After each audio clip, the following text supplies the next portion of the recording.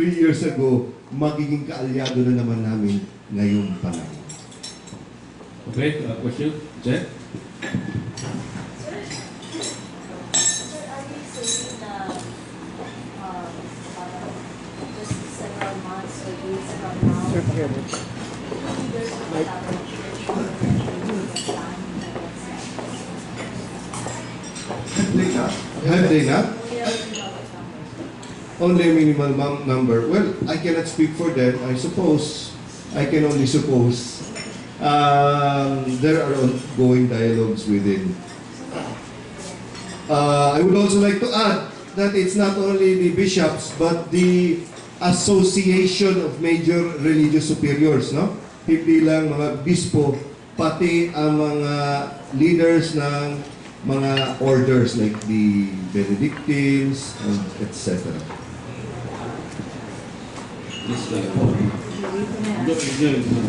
Sir, yung admission nun that many are being paid, that means that it makes the situation more difficult for you, for the opposition, to really have the president parang relinquish her post.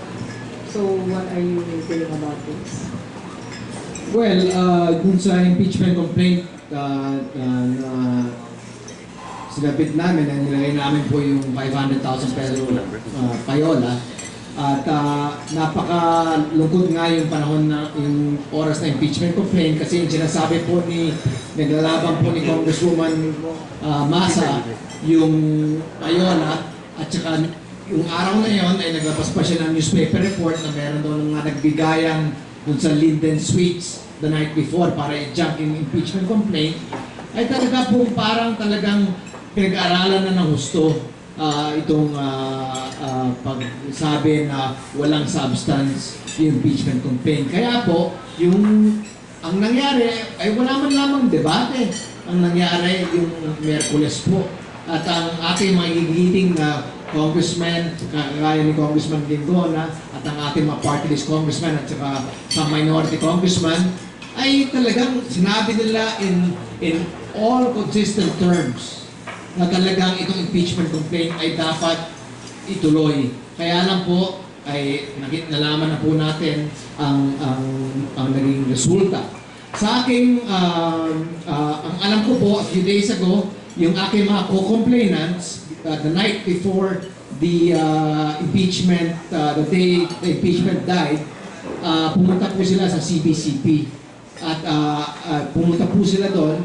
Hindi po para italakay yung impeachment, kaya pumunta po sila doon para italakay po yung potential ng charter change and obviously po ang kanilang pinaliwanag yung extension ng term ni Presidente Gloria Macapagal Arroyo.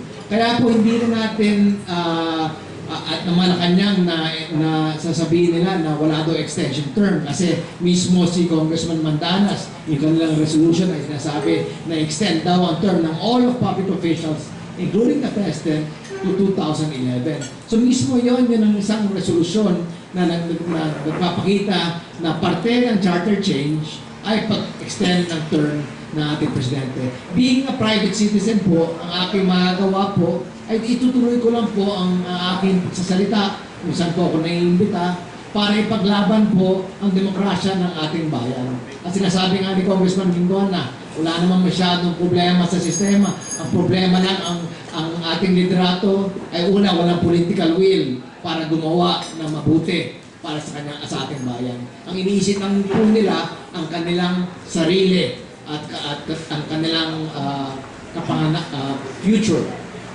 So, tuloy-tuloy po ang aking pagsalita at minsan umiikot po ako upon invitation po of the schools to speak on my advocacy against corruption. Unfortunately, there are some schools po na sinasara ng either ng mayor or ng chair.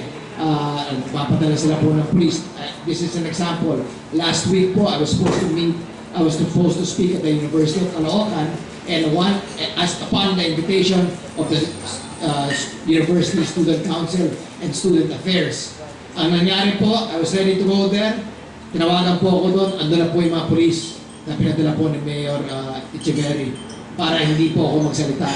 At kaya po umiiyak po yung mga student council kasi talagang pinaghandaan nila po yung forum na yon.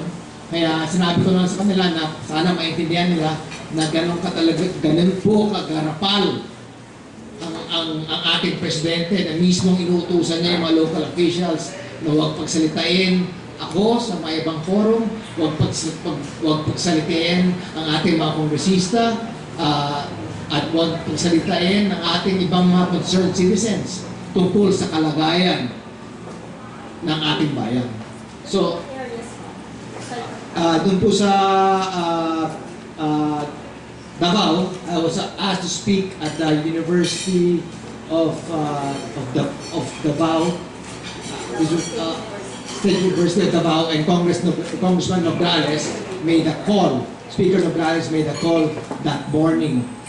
So I couldn't speak there, but at least I was able to speak at the Assumption College there, and nasabi ko po kailangan sabihin, at in turn na-interview ako ng media doon. So it wasn't really a lost cause. Kaya lang, they have the power to stop people from speaking, and that is not a good thing for democracy, because democracy allows everybody freedom of speech. Kaya lang po, alam niyo po, napag-aralan na po ng gusto ng mga strategies at saka ni Ginang Arroyo ang sistema ng ating bayan. Kaya po, alam na alam nila kung paano patayin ang mga aksyon para labanan ang kanilang administrasyon. The date of the University of Caloocan was last week. 3 weeks ago. University of Caloocan was 3 weeks ago. Can we just give the date to Channel 5? At also yung date yung nangyari po sa Davao, tungkol dun sa tawag ni Congressman Morales. We will also give you the date so that we're consistent po. Okay. Yes, Danny. Then we go to Willard. Congressman Linggo na.